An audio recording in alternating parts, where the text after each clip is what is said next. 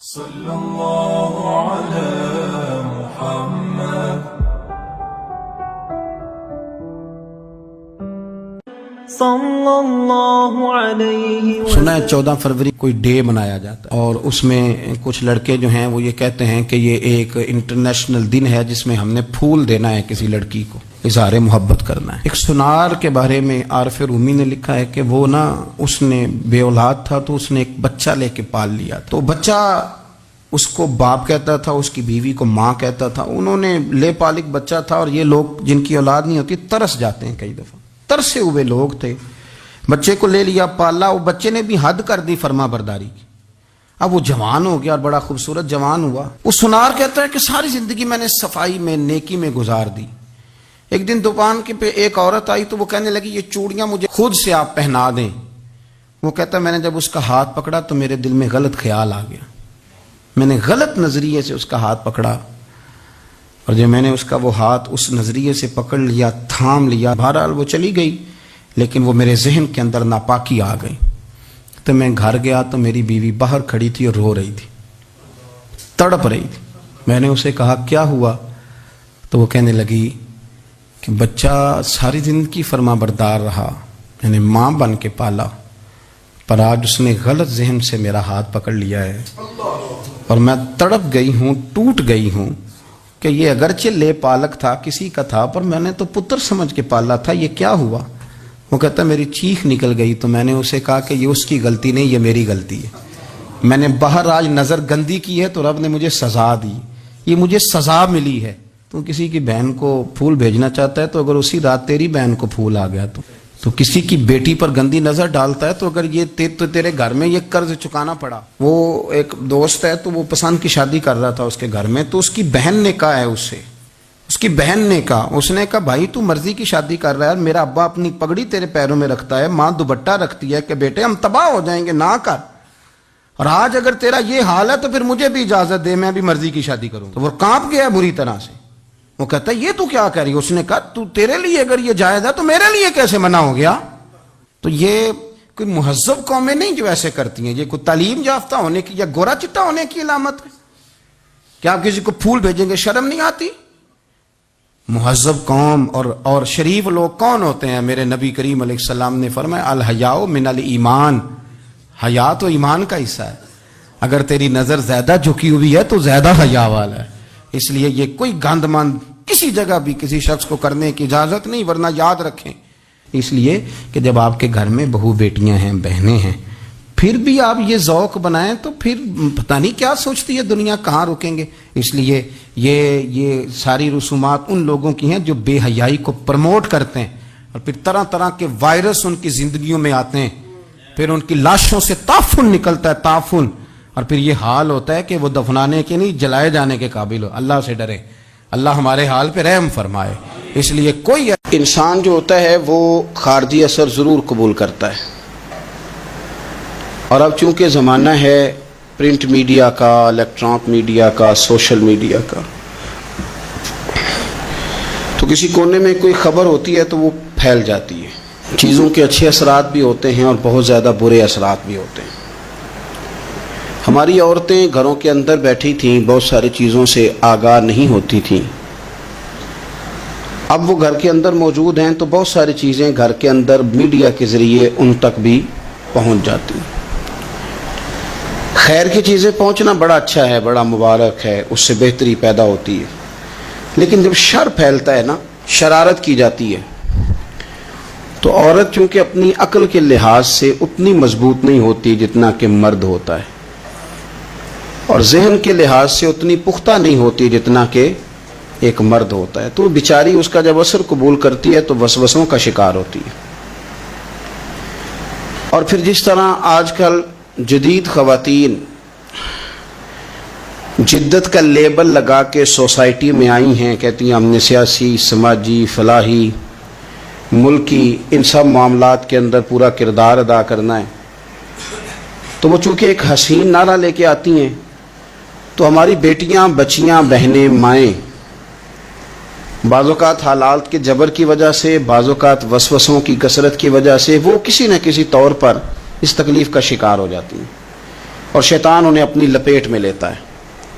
کرنے کا کام یہ ہے کہ عورتوں کو بتایا جائے کہ تمہارا اصل سبق ہے کیا، تمہارا دین کے اندر کردار کیا ہے، تمہاری فضیلت کیا ہے، حقوق کیا ہے، تمہیں کتنا نوازا گیا ہے، اور تمہارا کردار بڑا شاندار رہا، عورتوں کا بڑا تابناک اور خوبصورت کردار رہا ہے دین کے لیے ہمیشہ۔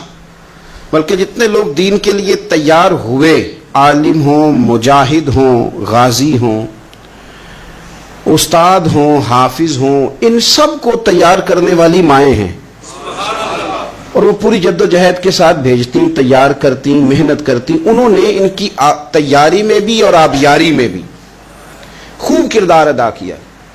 اب یہ کہ مزید آنے والی نسل میں جو ہماری بیٹیاں ہیں، ان کو ہماری جو اسلاف میں خواتین گزری ہیں، ایک تو ان کے کردار سے ہمیں آگاہ کرانا چاہیے، تاکہ بچیاں بجائے آج کی کسی جدید عورت سے جڑنے کی بجائے وہ سیدہ عائشہ صدیقہ سے جڑیں، وہ سیدہ پاک سیدہ فاطمہ الزہرا سے جڑیں، وہ جو کنیزیں ہیں حضور صلی اللہ علیہ وسلم کے دین کی، حضرت ام سلیم کے ساتھ جڑیں، حضرت ام شریک کے ساتھ جڑیں، حضرت ام عمارہ کے ساتھ جڑیں، انہوں نے جڑنا ہو تو حضرت ام سلمہ کے ساتھ جڑیں، وہ ان سب خواتین کے ساتھ ان کا تعلق مضبوط ہو۔ اور دوسرا یہ بھی ایک بات یاد رکھیں کہ 40 50 60 عورتیں کسی جگہ نکل کے کوئی دھما چوکڑی کرتی ہیں تو وہ 22 کروڑ کے ملک میں رہنے والی ہماری پاک ماؤں کی نمائندہ کبھی بھی نہیں ہو سکتی۔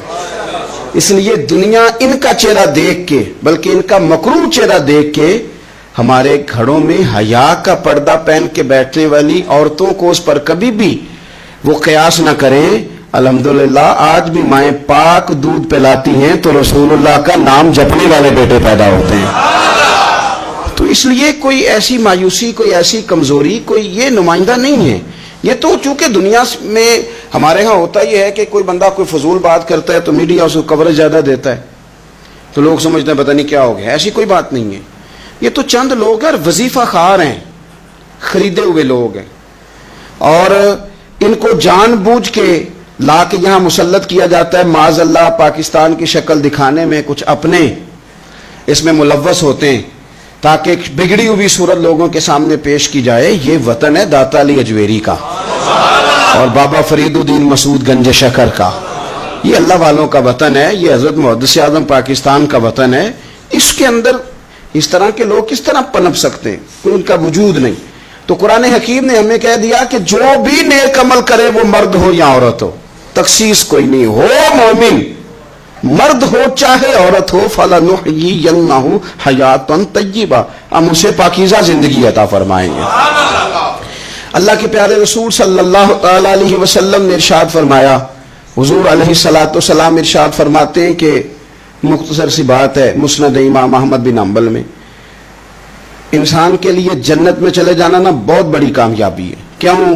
اس لیے کہ اللہ کا دیدار بھی جنت میں اور مدینے والے محبوب کا قرب بھی جنت میں نصیب ہوگا۔ رسول کائنات علیہ السلام کے قرب میں بھی جگہ وہی جنت میں ملے گی، وہیں سب اللہ والوں کی زیارت ہے، وہیں سب کے لیے انعامات ہے، وہیں سب کا بسیرا ہے۔ قرآن مجید نے کہا اصحاب الجنتی هم الفائزون، اصحاب الجنتی هم الفائزون، یہ جو جنتی ہیں یہ کامیاب لوگ ہیں۔ تو نبی پاک صلی اللہ علیہ وسلم نے مختصر بات ارشاد فرمائی مسند امام احمد بن حنبل میں، حضور فرمانے لگے عورت 5 نمازیں پڑھے، اپنے روزوں کی حفاظت کرے، یعنی رمضان کے روزے رکھے، فرمایا اپنے خامند کی اطاعت کرے، نماز روزے کی پابندی کرے، خامند کی اطاعت کرے اور اپنی شرمگاہ کی حفاظت کرے، تو حضور فرماتے ہیں پھر قیامت والے دن نہ اس کے لیے جنت کھول دی جائے گی، وہ جس دروازے سے چاہے جنت میں داخل ہو جائے۔ پھر کھول دیا اللہ تعالیٰ نے اس کے لیے۔ 2 ہی باتیں، ایک یہ کہ نماز روزے کا خیال کرے، خامد کی اطاعت کرے، شرمگاہ کی حفاظت کرے، تو جنت کے جس دروازے سے وہ چاہے گی نا اس کو داخلہ دے دیا جائے گا۔ تو عورتوں نے بڑے مضبوط ایمان کا مظاہرہ کیا ہے، مضبوط ایمان کا۔ پہلی مثال دیتا ہوں جناب ہاجرہ کی۔ حضرت ہاجرہ رضی اللہ تعالی عنہا حضرت اسماعیل علیہ السلام کی والدہ ہیں، جناب ابراہیم خلیل اللہ علیہ السلام کی اہلیہ ہیں۔ میں نے پہلے بھی ایک دفعہ کہا تھا، پھر کہتا ہوں کہ آج کل نا کاکروچ دیکھ کے، چھپکلی دیکھ کے چیخ مارنا یہ خوف نہیں، یہ فیشن ہے۔ اسے پتہ چلتا ہے کہ یہ برگر فیملی ہے، اسے پتہ چلتا ہے یہ امیر لوگ ہیں. یعنی کاکروچ کھا جاتا ہے کہ چھپکلی کھا جاتی ہے، لیکن یہ نا جی وہ جی ہمارا بچہ چیخ مارتا ہے اس کو دیکھ کے، کیا مطلب ہے بڑا پڑھا لکھا ہے جی، بڑی سوبر فیملی. یہ پڑھے لکھے نہیں، یہ بزدل ہونے کی علامت. کمزور پڑنا، ڈرنا، خوف کھانا، اللہ تبارک و تعالیٰ پر ایمان رکھتے ہوئے توکل میں کمزوری کرنا، معاذ اللہ. مسلمان کا تو یہ نظریہ نہیں نہ ہوتا. اور مسلمان عورتوں کا ہر وقت رونا کہ نصیب پتہ نہیں کیسے ہوں گے، پتہ نہیں کیا بنے گا، میرا تو کچھ بان ہی نہیں رہا. جب بات کرنا رو کے کرنا، جب سنانا دکھ ہی سنانا. یہی حال ماں کا ہے، یہی بہن کا ہے، یہی بیٹی کا ہے، الا ماشاءاللہ کچھ اچھی بھی ہے. تو اس قدر زیادہ کمزور نظریات مسلمان عورتوں کے نہیں ہوتے. اور پھر ساری زندگی اگر یاد کرنا ہے تو دکھ یاد کرنا ہے، سکھ نہیں یاد کرنا. زندگی کے اندر جہاں کسی جگہ آزمائش آئی اس کا ذکر روز کرنا ہے، اور جو آسانی آئی ان کو بھول جانا ہے. حضرت ہاجرہ کو جناب ابراہیم خلیل اللہ علیہ السلام چھوٹا سا بیٹا دے کے وادی غیر ذی زرع میں چھوڑ آئے. اتنی سی کھجوریں، ایک مشکیزہ پانی کا. اس خاتون کو وہاں کھڑا کیا، دور دور تک آبادی کوئی نہیں، جنگل کا سما ہے، پرندے تک آ کے نہیں چہکتے، کوئی چیز نہیں دنیا کی. لیکن ایمان اس کو کہتے ہیں، طاقت اس کو کہتے ہیں. کلمہ پڑھنے کے بعد کھڑا رہنا اور اپنے توکل کو مضبوط رکھنا اس کو کہتے ہیں. حضرت ابراہیم واپس لوٹ رہے تھے تو جناب ہاجرہ نے ایک سوال پوچھا، بس ایک. جناب ہاجرہ عرض کرتی ہیں اللہ کے خلیل، یہ اپنی مرضی سے چھوڑ کے جا رہے ہو کہ رب کا حکم ہے؟ میرے مالک کی میرے بارے میں یہی فیصلہ ہے، یہی رضا ہے، یا آپ اپنی مرضی سے چھوڑ کے جا رہے ہیں؟ تو جناب خلیل علیہ السلام فرمانے لگے، ہاجرہ نہیں، یہ رب کا فیصلہ ہے، یہ اللہ کی رضا ہے. تو آپ کو بخاری میں یہ لفظ ملیں گے. جناب ہاجرہ کہنے لگے پھر آپ فکر نہ کریں، اگر رب کا یہ حکم ہے تو پھر میرا رب ہمیں کبھی بھی ضائع نہیں کرے گا. یہ مضبوطی ایمان کی، یہ مضبوطی، رب پھر ہمیں کبھی ضائع. اور میرے ملت کی بیٹیوں اور بہنوں، ساری امیدیں خامن سے کیوں لگاتی ہو؟ ساری امیدیں بیٹے اور بھائی سے کیوں لگاتی ہو؟ ساری امیدیں دنیا سے کیوں لگاتی ہو؟ اس طرح کرو، اپنی ساری امیدیں اپنے رب کے ساتھ وابستہ کرو. رب کی رضا پہ، رب کے فیصلوں پہ راضی رہنا سیکھو. اگر تم یہاں ٹھہر گئی نا تو تمہارے پھر آنسو بہیں گے ضرور پر اللہ کی بارگاہ میں، پھر تمہاری دعائیں کے لیے ہاتھ اٹھیں گے ضرور پر اس کا کرم طلب کر، پھر کمزور باتیں نہیں کرو گے. جس طرح ایمان عورتوں کا مضبوط تھا، اسی طرح ہماری جو اسلاف میں خواتین گزری ہیں صحابیات، ان کا نا تبلیغ کا جذبہ بھی بڑا مضبوط تھا، بڑا مضبوط تبلیغ کا جذبہ. حضرت ام شریک رضی اللہ تعالی عنہا قبیلہ بنو عامر سے تعلق رکھتی تھی، پر مکے میں آئی ہوئی تھی. گھر گھر جا کے رسول اللہ کا دین بتاتی. ان دنوں میں نہیں جن دنوں میں پھول پھینکے جاتے ہیں تبلیغ کرنے والوں پر، جن دنوں میں نعرے لگتے ہیں ان دنوں میں نہیں، ان دنوں میں جب چھپ چھپ کے لوگ دین کی بات کرتے تھے. حضرت زید بن ارقم رضی اللہ تعالیٰ عنہ کے گھر میں لوگ بیٹھ کے دین سیکھتے تھے. یہ خاتون، مجھے آج کہہ لینے دیں یار، مجھے کہہ لینے دیں. ووٹوں کی ضرورت ہو تو عورتیں گھر گھر چلی جاتی ہیں، ایک سیٹ کی ضرورت ہو تو بیویوں کو گھر گھر بھیج لیا جاتا ہے. یہ دیکھو، یہ ایمان ہے رسول اللہ صلی اللہ علیہ وسلم پر صحابیات کا. یہ کمال ہے کہ گھر گھر وہ بھی گئی ہیں، پر ووٹ کے لیے نہیں، رسول اللہ کے دین کے لیے، رسول اللہ کے دین کے لیے. گھر گھر حضرت ام شریک جاتی، جا کے نا، اور وہ طریقہ تھا نا، عورتوں کو قائل کرتی. بڑے کٹھن حالات تھے اسلام پر، اعلانیہ کوئی بات نہیں کر سکتا تھا. حضرت ام شریک کہتی ہے میں عورتوں کو بلاتی، کہتی میری بات سنو. جب وہ قریب آتی تو میں نے نبی پاک کا دین بتاتی، سائیڈ پہ کر کے کونے میں. میں نہ تھوڑا تھوڑا، او یار آپ ذرا اس کا لطف تو لیں، اس کا ذائقہ تو دیکھیں. حضرت ام شریک کہتی ہے میں گھر گھر جاتی بتاتی. تو کافروں کو پتہ چل گیا کہ یہ تبلیغ کرتی ہے. انہوں نے مجھے بلایا، کہنے لگے تیرے برادری اور قبیلے کا مسئلہ نہ ہوتا تو ہم تجھے قتل کر دیتے. اب ہم تجھے واپس بھیجتے ہیں. چند مردوں کو میرے ساتھ کیا، مجھے گھوڑے اور اونٹ کی ننگی پشت پر باندھ لیا. ننگی پشت پر لمبا سفر کرنا مشکل ہوتا ہے، پسینہ آئے، بڑی تکلیف ہوتی ہے گھوڑے پر بیٹھ. اب وہ کوئی کجاوا نہیں، کوئی چیز نہیں، اسی طرح باندھ کے لے گئے. اور فرماتی ہیں کہ 3 دن اور 3 راتوں کا وہ سفر تھا. رستے میں وہ خود چھاؤں میں بیٹھتے اور مجھے باندھ کے دھوپ میں ڈال دیتے. 3 دن میں نے زمین پر چلنے والی کسی چیز کی آواز نہیں سنی. لیکن وہ جب جب نبی پاک کے دین کی بات پوچھتے تو میرا کلیجہ خوشی کے ساتھ ٹھنڈا ہو جاتا, آنکھیں کھل جاتی اور میں کہتی کیا بات ہے میرے نبی پاک کے دین کی. اس کیفیت میں بھی وہ تبلیغ کی لذت اپنی جگہ موجود. حضرت ام شریک رضی اللہ تعالیٰ عنہ فرماتی ہے ایک جگہ انہوں نے مجھے لٹا دیا باندھ کر, پیاس بڑی شدید تھی, پانی پینے کو دیتے نہیں تھے, روٹی کھانے, یہ ایک عورت کی بات کر رہا ہوں, یہ خاتون کی بات کر رہا ہوں. آج کل تو ہمارے بچے شام کو سالن ٹھیک نہ پکا ہو تو موبائل توڑ دیتے ہیں. یہ قوم نہیں میدانوں میں جا سکتی, جہاد نہیں کر سکتی. خاتون کہتی ہے کہ شدید پیاس تھی اور مجھے باندھ کے لٹایا ہوا تھا. مجھے جب تکلیف بڑھ گئی تو اچانک میں نے دیکھا پانی کا ایک ڈول برآمد ہوا ہے. میں نے اسے تھوڑا سا پی لیا, پر طلب ابھی باقی تھی. وہ پھر آ گیا برتن, میں نے پھر پیا. طلب ابھی باقی تھی, پھر برتن آ گیا. امام ابو نعیم نے اس کو لکھا ہے حلیۃ الاولیاء میں, فرماتے ہیں تیسری دفعہ وہ پھر بھرا ہوا ڈول پورے کا پورا آ گیا. اب میں نے پیا بھی, اپنے کپڑوں پہ بھی چھڑکا. جب وہ سارے بیدار ہوئے تو مجھے آگے کہنے لگے کہ تو نے ہمارا پانی استعمال کیا ہے. فرماتی ہے پھر انہوں نے اپنے برتن دیکھے, مشکیزیں دیکھے تو بھرے ہوئے تھے. میرے قریب آ کے کہنے لگے یہ پانی کہاں سے آیا؟ تو میں نے کہا تم ابھی میرا عقیدہ نہیں سمجھے, یہ میرے رب نے مجھے دیا ہے, میرے رب نے مجھے دیا. فرماتی ہے مجھے باندھ کے لے جا رہے تھے, پر جب میری بات سنی نا تو بول کے کہنے لگے ہمیں سمجھ آ گئی ہے تیرا دین ہمارے دین سے بہتر ہے, تیرا عقیدہ ہمارے عقیدے سے بہتر ہے. اور ایک روایت میں یوں بھی ہے کہ وہ باندھ کے لے جا رہے تھے, پر یہ کمال دیکھا تو کلمہ پڑھ کے مدینے والے کے غلام بن گئے. صحابیات نے نا بڑا جم کے دین کا کام کیا, عقیدہ, پھر تبلیغ, پھر میدان جہاد. عورتیں جہاد میں جایا کرتی تھیں, وہ زخمیوں کو پانی پلاتی تھیں, مرہم پٹی کرتی تھی. پہلے اپنے جسم کے ساتھ بڑی بڑی پٹیاں لپیٹ کے لے جاتی, جہاں کسی زخمی کو ضرورت ہوتی وہ پٹیاں کرتی, اور اعصابی طور پر مضبوط رہ کے. میدان کے اندر جہاد وہ بندہ کرتا ہے جو یقین کامل کی دولت جسے نصیب ہو, جسے پتا ہو کہ یہ میں مروں گا تو میرا مرنا رائے گا نہیں, اللہ مجھے شہادت کا درجہ عطا فرمائے گا. لیکن اگر یہیں سے بندہ اپنے آپ کو مطمئن نہ کر سکے تو میدان میں جائے گا. یقین کامل ہو, اگر ہو یقین کامل پیدا تو پھر کٹ جاتی ہیں زنجیریں, پھر انسان آگے مضبوطی سے آگے بڑھتا ہے. نبی پاک صلی اللہ علیہ وسلم جب جہاد کے لیے تشریف لے جاتے نا تو عورتوں پر کسی نہ کسی شخص کو نمائندہ بنا کے چھوڑ کے جاتے تھے. ایک دفعہ مولا علی شیر خدا کو بھی چھوڑ کے گئے, حضرت عبداللہ ابن مختوم رضی اللہ تعالیٰ عنہ کو بھی ایک دفعہ چھوڑ کے گئے. ایک موقع پر نا حضور نے عورتوں کو ایک جگہ پہ چھوڑا پیچھے, تو وہ قلعہ تھا حضرت حسان بن ثابت رضی اللہ تعالیٰ عنہ, بڑا مضبوط قلعہ تھا. اس قلعے کے اندر خواتین ساری محفوظ کر کے ان کو وہاں بٹھا دیا گیا. حضور جہاد کے لیے چلے گئے. اب وہاں قلعے میں عورتوں کو اس لیے رکھا گیا تھا کہ یہاں یہودی بھی ہیں, تو ایسا نہ ہو کہ ہم باہر لڑیں تو وہ اندر سے کوئی شرارت کر دیں, لہذا عورتیں محفوظ رہیں.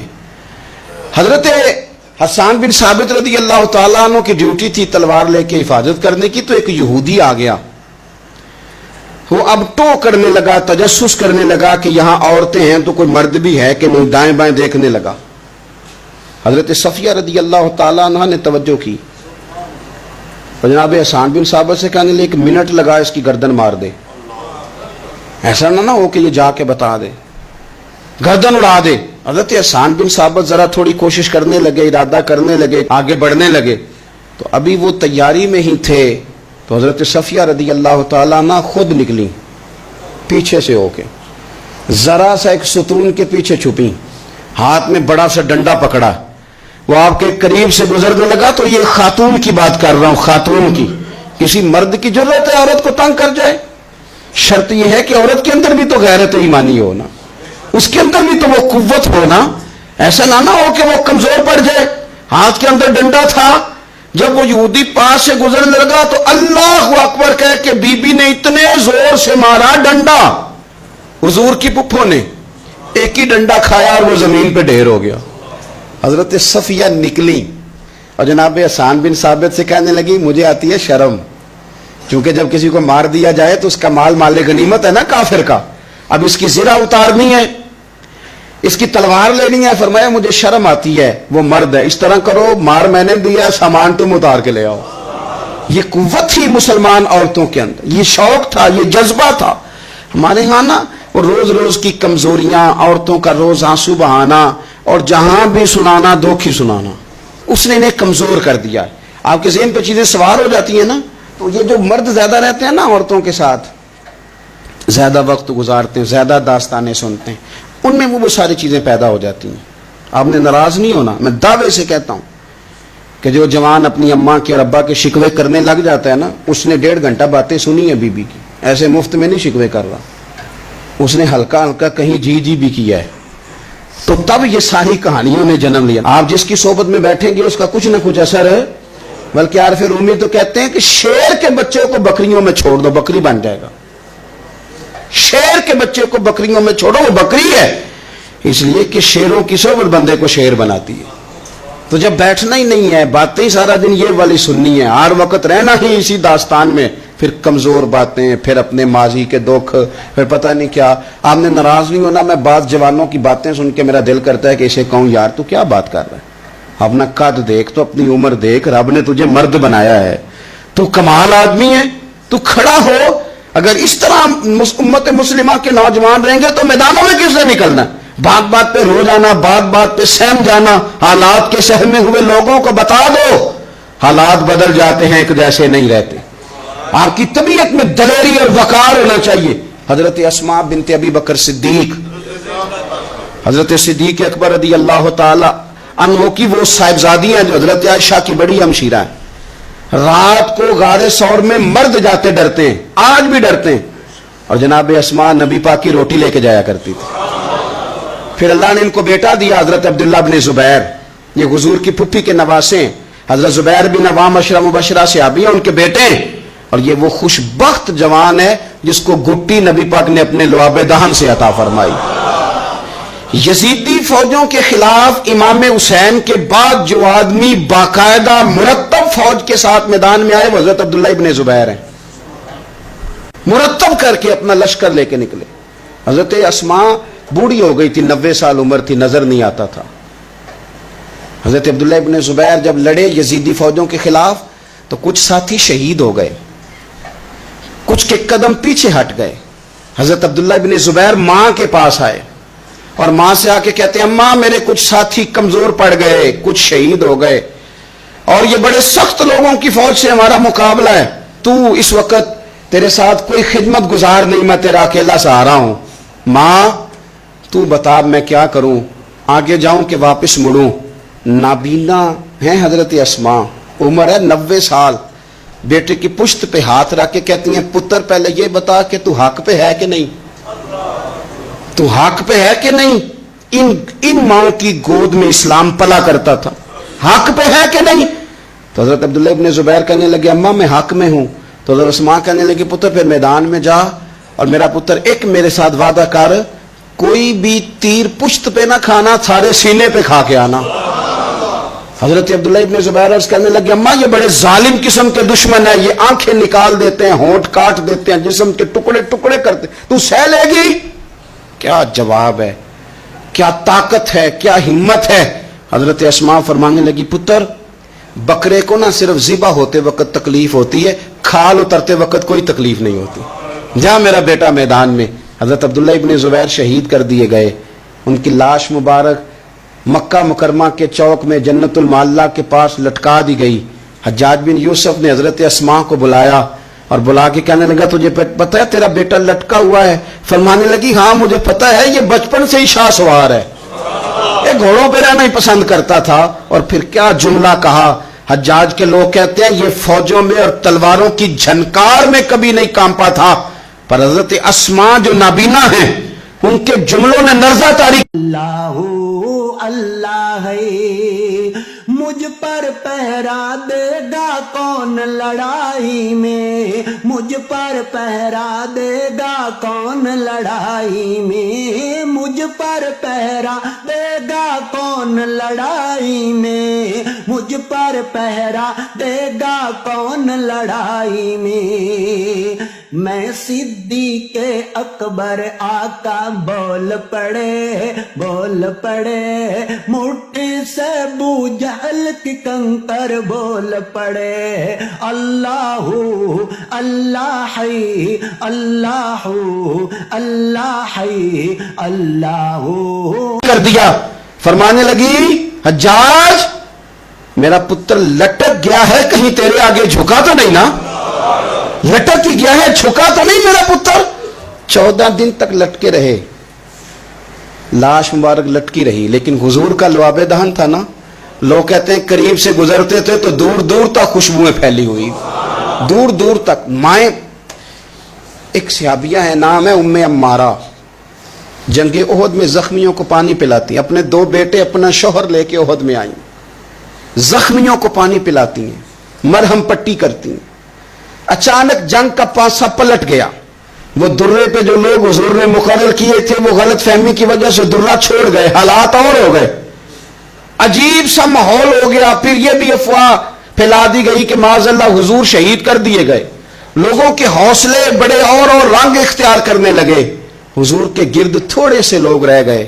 او میرے بھائیوں, او ملت کی بیٹیوں بہنوں, یہ ہے تمہارا انداز دین کی خدمت میں, یہ خواتین کا انداز ہوتا ہے. حضرت ام عمارہ پہلے زخمیوں کی مرہم پٹی کرتی تھی, اور سارا کچھ پھینک دیا, تلوار لی اور جا کے نا حضور کے گرد کھڑی ہو گئی. کہنے لگی آئے نا, کون آتا ہے میرے کریم کے پاس, آ کے دکھائے نا کوئی, اسا کیتی ہے جان حوالے رب دے, ایسا عشق کمایا ہے, اسی مرن تو اگے ہی مر گیا باہو, اسا تا مطلب نو پایا ہے. آ کے کھڑی ہو گئی. حضور فرماتے ہیں میں دائیں دیکھتا تھا تو ام عمارہ ہوتی تھی, میں بائیں دیکھتا تھا تو ام عمارہ ہوتی تھی, آگے دیکھتا تھا تو ام عمارہ, پیچھے ام عمارہ. حضور فرمانے لگے تو بہت سارے لوگوں سے سبقت لے گئی ہے, تو بڑے سارے لوگوں سے آگے نکل گئی ہے. ان کو زخم لگ رہے ہیں, تیر آ رہے ہیں, پر خاتون ہو کے ڈٹی ہوئی ہیں. رسول اللہ صلی اللہ علیہ وسلم کے سامنے کھڑی, حضور پر آنے والے تیر اپنے وجود پہ لیتی ہیں. او میرے عزیز, رسول پاک علیہ السلام نے فرمایا تجھے رب نے بڑا حوصلہ دیا ہے. اتنا گہرا زخم بازو میں آیا کہ غار بن گئی, غار. اللہ کے پیارے محبوب نے نظر کرم فرمائی. حضور نے فرمایا کچھ مانگ لے. کہنے لگی سونیا اگر میری خدمت قبول ہے تو دعا کر دیں, اللہ قیامت کے دن بھی آپ سے دور نہ کرے, رب دور نہ کرے. حضور نے دعا کر دی, اے اللہ اس کو اور اس کے خاندان کو قیامت میں بھی میری رفاقت دینا. حضور کی دعا سنی تو باہر نکلی, فرمانے لگی لوگوں لو پھر میں نے اپنا مقصد پا لیا ہے, میں کامیاب ہو گئی ہوں, اب دنیا کی کوئی مصیبت بھی میرے اوپر آئے تو مجھے کوئی پرواہ نہیں, اس لیے کہ مدینے والے نے یہاں بھی کرم فرما دیا ہے, وہاں بھی کرم فرما دیا ہے. یہ طاقتیں تھیں ان خواتین کیا. ایک تابعی بزرگ تھے حضرت ابو عبد الرحمن فروغ, صاحب تاریخ بغداد نے لکھا ہے وہ جہاد پہ چلے گئے, 30,000 دینار اپنی بیوی کو جاتے دفعہ دے گئے. کہنے لگے لو پاس رکھ لو, اور بیٹا بھی ماں کی گود میں ہی تھا. کچھ نے لکھا پیدا ہو چکے تھے, کچھ کا کہنا ہے کہ ان کے جانے کے 1-2 ماہ بعد بیٹے کی ولادت ہوئی, اور بیٹے کا نام کیا ہے, ربیہ بن ابو عبد الرحمن. اور یہ بیٹے وہ ہیں جو حضرت امام مالک جیسے لوگوں کے استاد ہیں, حضرت حسن بصری جیسے لوگوں نے ان سے پڑھا. خود جہاد پہ چلے گئے. آج تو فوجیوں کی نوکری ہے نا جی, ان کا یہ نظام ہے کہ وہ جاتے ہیں, انہیں تنخواہ ملتی ہے, چھٹی پہ آتے ہیں. اس زمانے میں یہ تھا کہ مال غنیمت سے حصہ ملتا تھا, اور فتوحات کا یہ طریقہ تھا کہ یہ علاقہ فتح ہوا تو آگے چلے گئے, وہ فتح ہوا تو آگے چلے گئے, وہ فتح ہوا تو آگے چلے گئے. کسی نے لوٹنا ہے تو پابندی نہیں تھی, لوٹ سکتا ہے. کچھ لوگ جہاد میں ہی رہتے تھے. حضرت ابو عبد الرحمن فروغ 27 سال جہاد میں رہے, 27 سال. یہاں تو خاوند باہر ہو تو بہت ساری عورتیں کہہ دیتی ہیں کہ تیرے ابے نے نظر پیسے کمائے. مصیبتیں تو ساری میں نے دیکھی معاذ اللہ. بعض جگہ, سب نہیں لیکن بعض جگہ کہہ دیتی ہیں کہ وقت تے سارے میں کیتے. 27 سال شوہر چلا گیا, واپس نہیں آیا, 30,000 دینار دے کے چلے گئے. 27 سال کے بعد خیال آیا گھر کا. اب بیٹا محدث بن گیا, عالم بن گیا, اور کمال یہ کہ رہتے کہاں تھے, حضور کے مدینے میں, مدینہ النبی میں, مدینہ منورہ میں صلی اللہ تعالی علیہ وسلم. اور ان کے صاحبزادے حضرت ربیہ یہ مسجد نبی میں, حضور کی مسجد میں بیٹھ کے نبی پاک کی حدیث پڑھایا کرتے. آئے گھر, دروازے پہ دستک دی, صاحبزادے نے دروازہ کھولا. نہ باپ بیٹے کو پہچانتا ہے نہ بیٹا باپ کو. جناب ابو عبد الرحمان اندر داخل ہونے لگے تو صاحبزادے نے کہا بوڑھے میاں میرے گھر میں بغیر اجازت کے کیوں داخل ہو رہے ہیں؟ تو وہ کہنے لگے تو بتا, تو نے میرے گھر پہ قبضہ کیوں کر رکھا ہے؟ اب جب بات زیادہ بڑھ گئی تو دونوں جانب سے لوگ جمع ہو گئے, شور اٹھا تو اندر سے والدہ نے سنا, پردہ سرکا کے دیکھا کہ میرے شوہر آ گئے 27 سال کے بعد. 27 سال کے بعد آپ اپنے صاحبزادے سے کہنے لگی بیٹا ان کو اندر آنے جو تمہارے والد ہیں. بڑا روئے باپ بیٹا, بڑا روئے. ماں اور بیٹے کی محبت کا بھی اندازہ نہیں, پر قرآن پاک پڑھے نا تو دو مثالیں باپ اور بیٹے کے پیار کی بھی ملتی ہیں.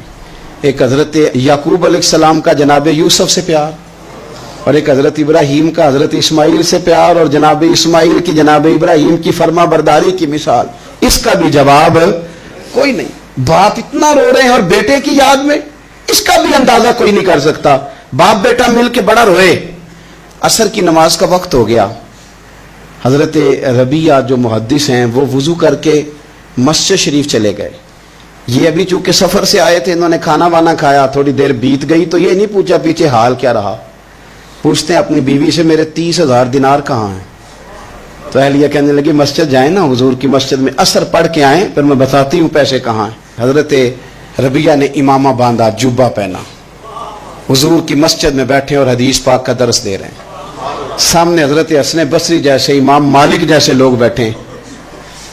حضرت ابو عبد الرحمان فروغ جو ان کے والد تھے, عصر کی نماز پڑھ کے نا تو پوچھتے ہیں ایک شخص سے یہ کون ہے نوجوان کالی داڑھی والا, عمر زیادہ نہیں پر کس طرح شوق سے حضور کا دین بیان کر رہا ہے, کون ہے؟ تو بتانے والے نے کہا کہ حضور ایک نا ابو عبد الرحمان نام کے بزرگ ہیں, وہ 27 سال سے جہاد میں گئے ہوئے, یہ ان کا بیٹا ہے. یہ سنا کہ میرا پتر اتنا بڑا عالم, چھم چھم آنسو بہے, داڑھی بھر گئی آنسو. حضور کی مسجد میں تشکر کے آنسو, خوب روئے, خوب روئے. اٹھے گھر گئے, اور جب آنسوؤں بھرا چہرہ لے کے گھر آئے تو اماں ساری بات ہی سمجھ گئی. کہنے لگی دیکھا ہے وہ بیٹے کو حدیث پڑھاتے, اب پتہ چلا میں نے آپ کے 30,000 دینار کہاں خرچ کیے, میں نے آپ کا پیسہ ضائع تو نہیں کیا. تو حضرت ابو عبد الرحمان فروغ فرمانے لگے رب تجھے صلہ دے اور میری طرف سے بھی دے, تو نے تو کمال کر دیا ہے. حدیث تیرا بیٹا پڑھا رہا تھا اور قد میرا اونچا ہوتا جا رہا تھا, سبق تیرا بیٹا دے رہا تھا اور یوں لگ رہا تھا کہ درجے میرے بلند ہو رہے ہیں. تو ماں نے کمال کیا, انقلاب کیا. بیٹیوں نے, بہنوں نے دین کے لیے ہمیشہ اپنا کردار پیش کیا ہے. لہذا ان چند ایک وظیفہ خار اور ناپاک عزائم والے لوگوں کو سامنے رکھ کے ملت کی بیٹیوں کو قیاس نہ کیا جائے. آخر دعوانا الحمدللہ رب العالمین.